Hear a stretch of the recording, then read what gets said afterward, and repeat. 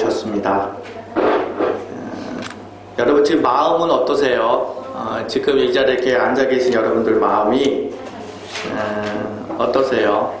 그냥 사람들이 그냥 내버려둬 놔둬 나 혼자 있게 그냥 놔둬 라고 얘기를 하잖아요. 사람 그냥 놔두면 슬퍼합니다. 왜냐하면 우리는 마음이 깨져 있는 존재입니다. 왜냐하면 하나님으로부터 배반하고 나서 에덴 동산, 우리가 안정을 찾고 편안하게 있을 그곳에서 우리가 벗어났기 때문에 마음이 깨진 상태입니다. 그러니까 깨진 마음이기 때문에 뭔가를 의지하려고 하는 상태예요. 그래서 이제 사람들한테 이렇게 얘기하잖아요. 정신 차려 이렇게 얘기하잖아요. 너 좀 정신 좀 차려 이렇게 얘기하잖아요. 목사님 정신 좀 차리세요 이런 얘기 하잖아요. 정신 차려 이거는 밥상을 차릴 때 밥상 차려 이렇게 얘기하잖아요. 밥상을 차릴 때 숟가락 젓가락 밥그릇 국그릇 자기 위치들이 있잖아요. 제자리를 찾아야 되잖아요. 그러니까 정신 차려 그 말은 제자리를 찾아야 한다는 거예요. 우리의 마음, 생각, 혼, 정신 다 같은 영역을 얘기하는데요.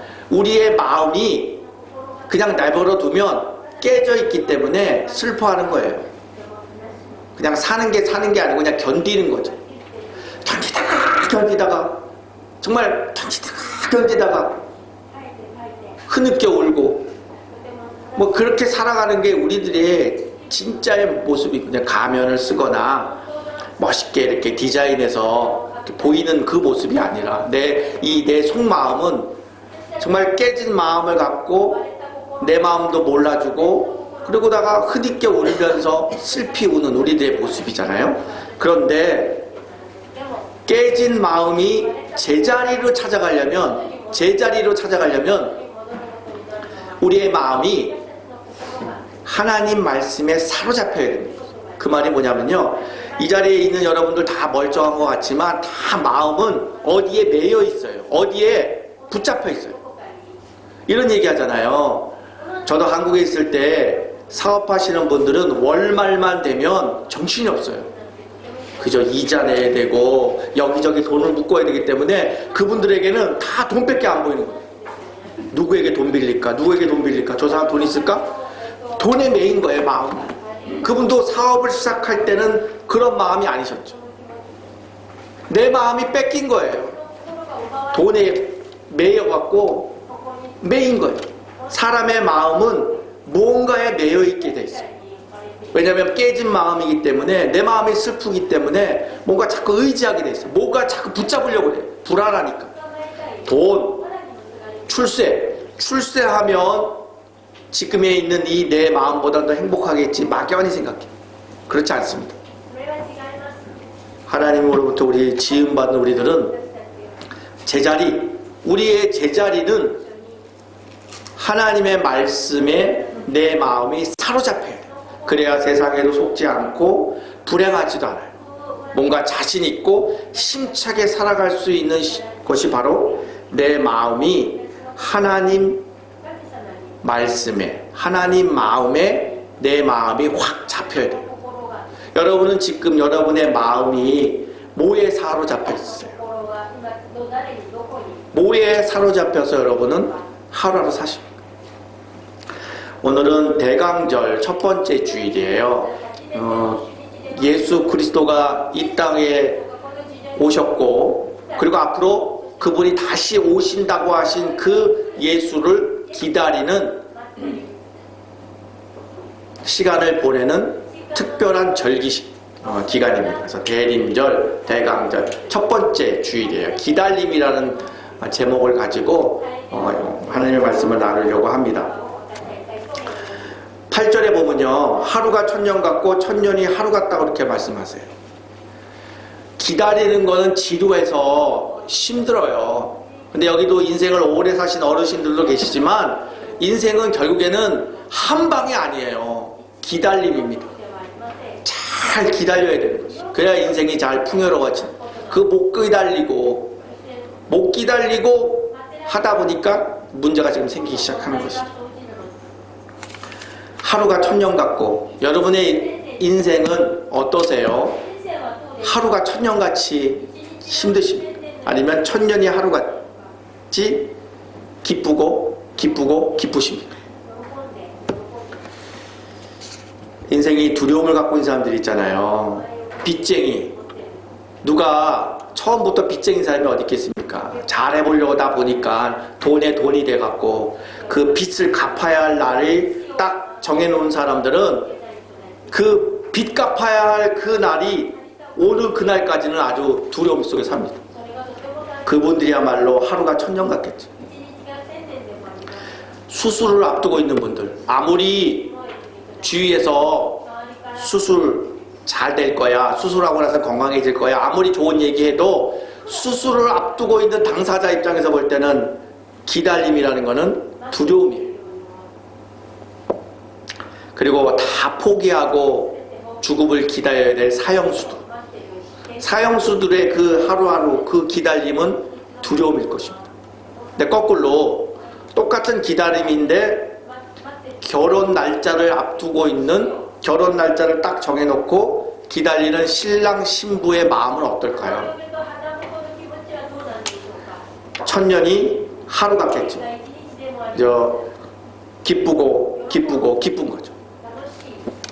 많은 사람들이 얘기를 해요. 어떻게 하면 신앙생활을 잘할 수 있을까요? 라고 물어봐요.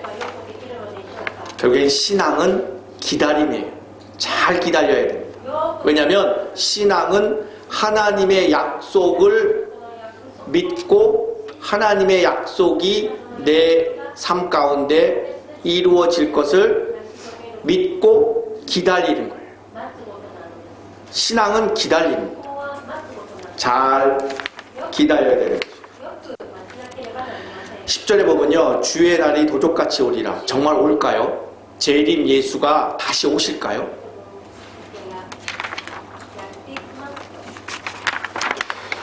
성경에 보면 하나님의 은혜를 받고 살아가는 사람들의 특징을 잘 살펴보면 잘 기다렸다는 겁니다.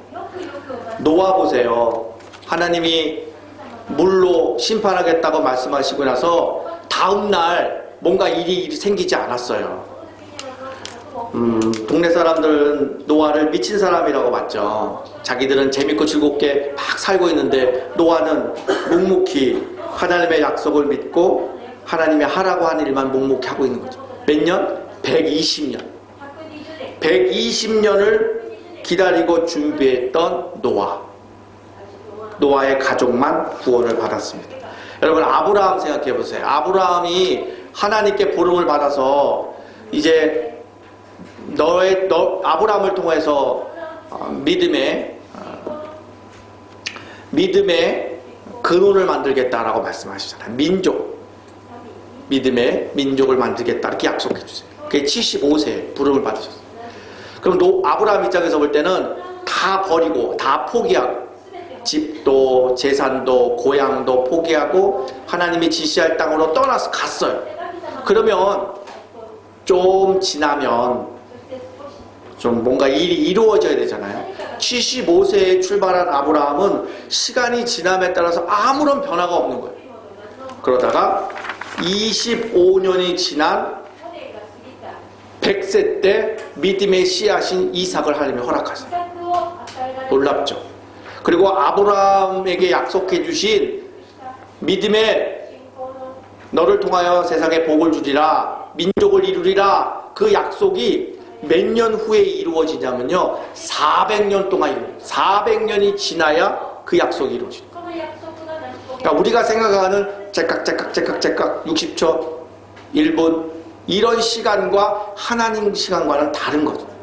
그러니까 우리 부모님들이 돌아가실 때 신앙생활 잘해라, 이게 엄마가 너에게 준 마지막 유언이다 이렇게 말씀하시잖아요. 신앙생활 잘하라, 이 말은 부모님이 하나님 앞에 그 약속을 기다렸던 그 기다림을 네가 바톤을 이어받아서 한번 더 기다려봐라, 그런 뜻입니다. 이스라엘 백성들도 바벨론 포로로 끌려가갖고 70년 포로 생활을 했는데 그 당시에는 사람들이 오래 못 살기 때문에 20년이 한 세대잖아요. 그러면 3세대가 거의 남의 땅에 가서 하나님의 약속을 기다린 거예요. 부모님이 돌아가실 때 자식들에게 그거는 유언을 하는 거죠. 내가 기다렸던 그 기다림을 네가 바톤을 이어받아서 기다려라. 다윗 보면요, 다윗은 하나님께 정말 목동으로 있다 왕으로 부름을 받아 사무엘에게 기름을 부었잖아요. 근데 목동으로 하나님께서 부르시고 왕으로 등극하기까지 몇 년이 걸렸냐면 15년이 걸렸어요. 그냥 다음날 바로 왕이 된 게 아니고 15년을 기다렸어요. 문제는 그 하나님께서 기다려라 라고 하는 그 기다림의 시간이 많은 사람들이 지루하게 느낀다는 거예요. 그래서 많은 사람들이 기다림을 포기하게 됩니다. 오늘 본문에 있는 내용이 베드로가 어떤 때냐면 박해 시대예요. 사람들이 잘못했다고 사형 가둬가는 게 아니라 예수를 믿는다는 그 이유 하나만으로 많은 사람들이 죽어나갔던 시대였어요. 그러니까 많은 사람들은 이렇게 비아냥거리는 거죠.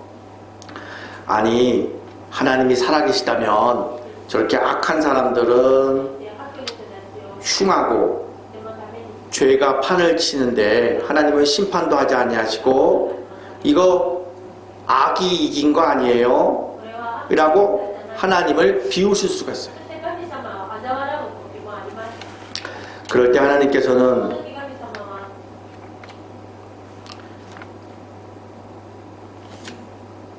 사람들에게 하나님의 마음을 보여주세요.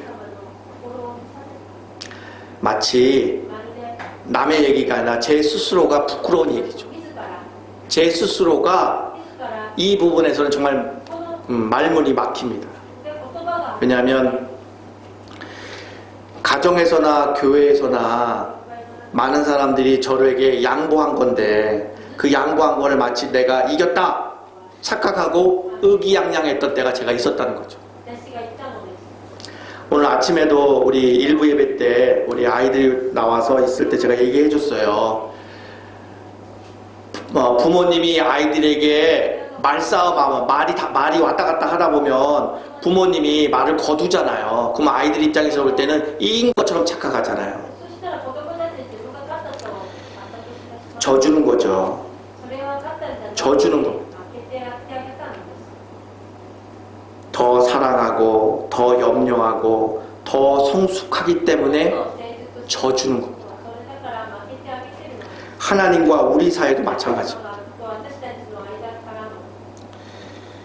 혹시 이 자리에 있는 분들 중에서 내가 양보받은 건데 착각하고 내가 이겼다고 생각한다면 정말 아직도 성숙지 못한 겁니다.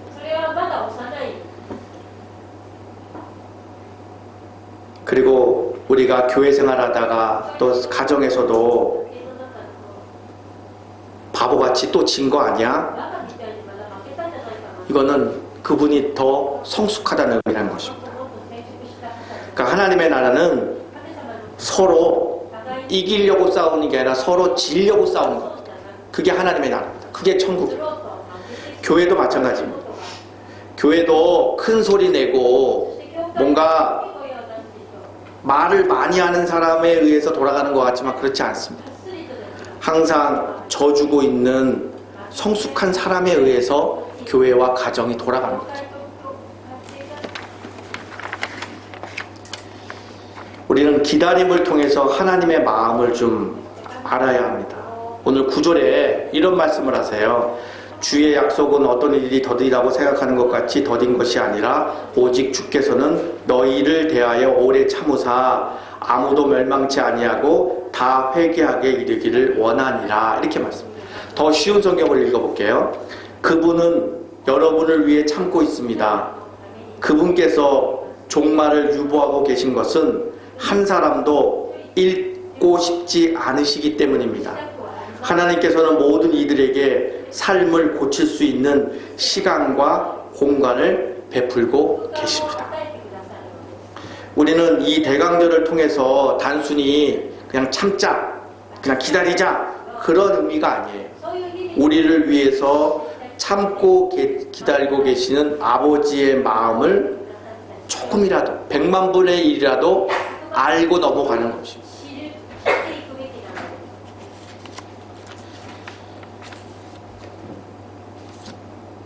하나님이 저와 여러분의 죄를 몰라서 심판하는 것도 아니고 하나님께서 이 세상이 이렇게 악해진다는 걸 모르는 것도 아니십니다. 아버지의 마음은 딱 한 사람이라도 더 살리고 싶은 마음이기 때문에 기회를 주시는 것입니다. 여호와를 앙망하는 자는 새 힘을 얻으리니 이렇게 말씀하잖아요. 여호와를 앙망하는 자는 새 힘을 얻으리니. 앙망이 뭐예요? wait upon, 기다리는 겁니다. 기다리는 겁니다. 지루한 기다림이 아니라 희망을 가지고 아버지의 때를 기다리는 겁니다. 그게 바로 성서적 신앙을 갖고 있는 우리들이 기다리는 겁니다.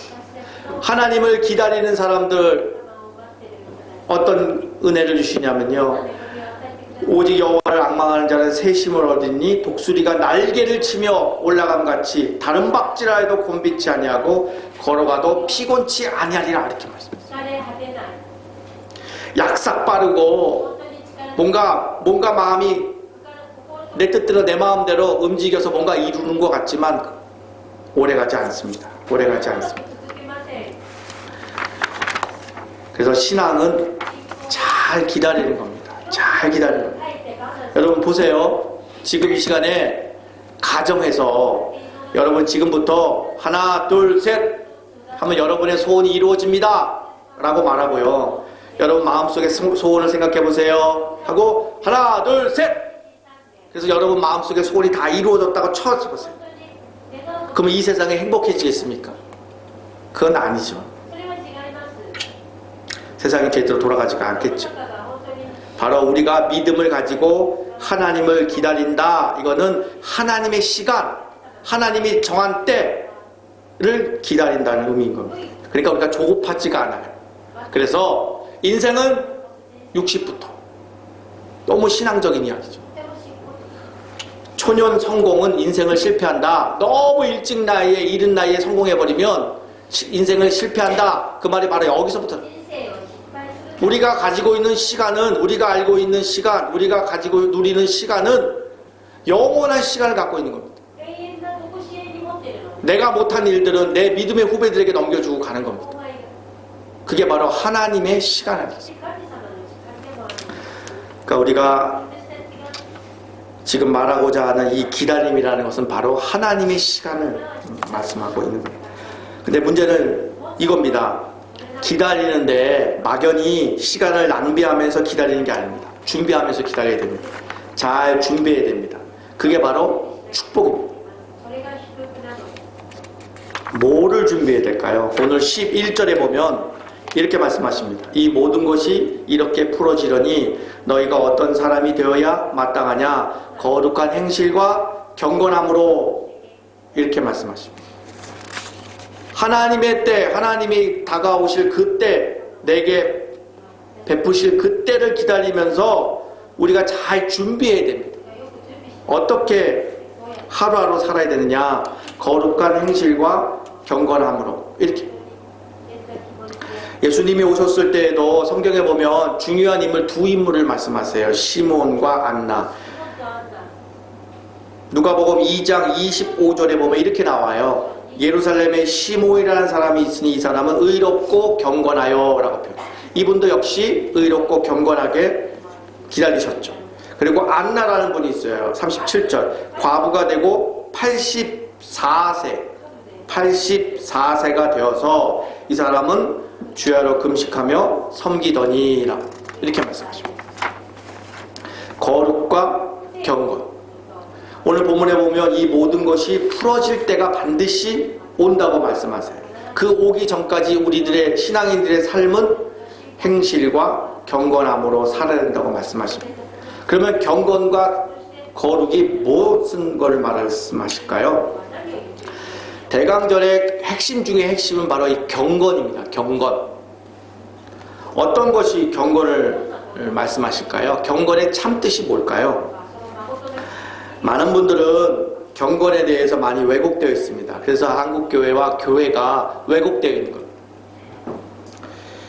헬라어로는 유세비아라는 유세비아. 유는 영어로 well입니다. 잘, 많이. 세비아는 섬기다는 겁니다. 봉사하다 이런 겁니다.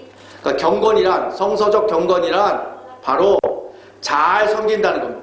하나님을 잘 섬기고 이웃을 잘 섬긴다는 것입니다. 제가 어렸을 때 저도 장로교에서 자라서, 정통 장로교에서 자라서 이런 얘기를 많이 들었어요. 선영아, 교회에서 뛰면 안 돼. 이런 얘기를 많이 들었어요. 본당에서 뛰면 안 돼.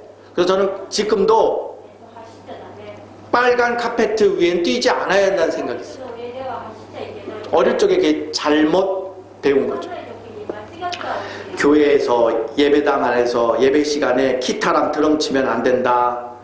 이런 얘기도 많이 들었죠. 주일날 물건을 사거나 주일날 먹을 거를 사 먹으면 안 된다. 이런 얘기도 제가 어릴 적에 들었어요. 교회에서 청년들 연애하면 안 된다. 이런 얘기도 들었어요. 경건이라는 의미를 잘못 오욕한 거죠. 금욕적이고 마음을 삼가하고 조심하는 것, 거기까지만 얘기한 거예요. 경건이라는 한자를 잘못 풀어서 뭔가 조심하고 삼가고 금욕적이고 뭔가를 방해를 막고 이런 의미로 자꾸 가르치다 보니까 성서적 경건의 의미를 잃어버렸던 거예요. 저도 수십 년을 교회 다니면서 경건하고 거룩에 대한 이야기를 많이 듣고 많이 했지만 정말 경건이란 금욕적이고 금식적이고 절제된 삶만 산다면 가능할 것인가? 가능하지 않습니다.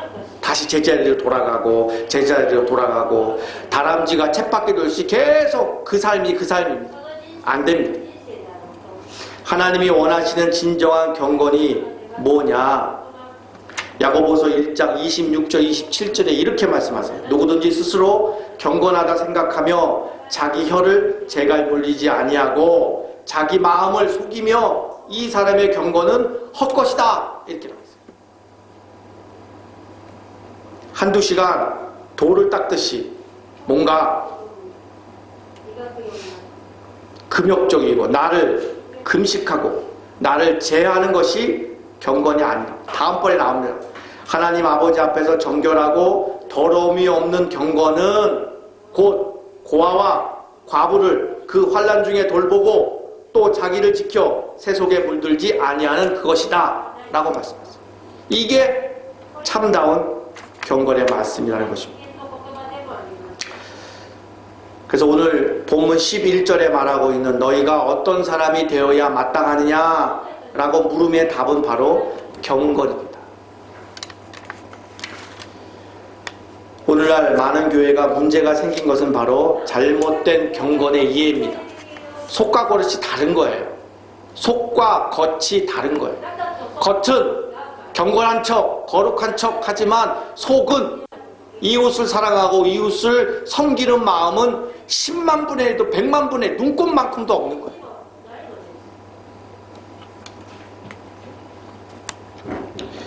이런 얘기 있잖아요. 중국 사람 셋이 모이면 식당이 생기고 한국 사람 셋이 모이면 교회가 생긴다는 얘기였습니다. 호주 시드니에 가면 그렇게 한인교회가 많다고 합니다. 정말 동경보다 더 많다고 합니다. 그런데 시드니에 다녀온 많은 사람들은 한탄을 합니다. 그 많은 한인교회가 있음에도 불구하고 호주 사람들은 한국 사람들을 정직하다고 생각하지 않는다고 합니다. 왜 그럴까요? 전라남도 신안군 증도에 가면 정말 조그만 섬입니다. 그 조그만 섬에 오늘날까지 술집이 단 하나도 없다고 합니다. 풍어제, 어부 항구에 풍어제가 없다고 합니다. 그리고 무당집도 없다고 합니다. 그 섬은 금연섬입니다. 왜 그럴까요? 고 문중경 전도사의 삶이 있기 때문에 그렇습니다. 그렇게 하나님을 사랑하고 이웃을 사랑하고, 정말 하나님을 믿지 않고 예배당에 나오지 않는 그 주민까지도 사랑으로 품었던 삶이 있기 때문에 그런 역사들이 오늘날까지 있다고 합니다. 증도의 그 조그만 섬에 66명의 목회자가 나왔고 33명의 법조인이 나왔다고 합니다. 하나님 앞에, 사람들 앞에 경건하게 산다는 것이 무엇인지, 그리고 우리가 대강절에 어떻게 살아야 될지를 우리가 이 시간에 다시 한번 우리 스스로의 마음을 좀 다독거렸으면 좋겠습니다. 복음을 이루는 것, 우리가 뭔가를 조심해서 우리가 뭔가를 이루어내는 게 아닙니다.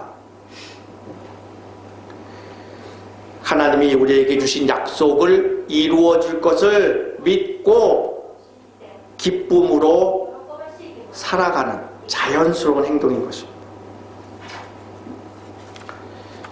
여러분 스스로를 지킬 수 있는 게 뭐가 있겠습니까? 여러분의 호흡, 여러분의 일어나고 주무시는 것, 그 모든 게 다 우리가 지키는 게 아니지 않습니까? 하나님이 지켜줘야 호흡도 할 수 있고 아침에 일어날 수도 있고 밤에 잠도 주무실 수 있는 거 아니겠습니까? 자연스러운 거 아니겠습니까? 자연스러운 거. 내가 하나님의 말씀대로 하나님을 사랑하고 이웃, 내 가족, 내 성도, 내 이웃을 사랑하고 그렇게 살면 나머지의 문제는 자연스럽게 풀어지는 것입니다. 여러분, 뭘 걱정하십니까? 무엇을 두려워하고 있습니까? 우리가 정말 하루하루 경건하게 살면, 하나님을 사랑하고 이웃을 사랑하고 살면 새하늘 새 땅을 바라보면서 살 수 있지 않겠습니까? 근데 사람은 두 가지 유형인 것 같아요. 한숨 쉬는 사람들 있잖아요. 한숨. 앞을 내다보면 한숨밖에 쉴 수가 없는 거예요. 근데 또 그 옆에 있는 사람은 미래를 바라보면 미소를 짓는 사람이 있어요. 앞을 내다보며 한숨을 쉬고 사는 사람은 그 삶 자체가 지옥이에요. 하지만 앞을 내다보며 미소를 짓는 사람은 그 삶 자체가 천국일 것입니다. 우리 동경제일교회에서 통해서 신앙생활하고 있는 여러분들, 하나님의 말씀에 붙잡혀서 하루하루 경건하게 살다 보면 우리의 삶이 천국이 되실 것입니다.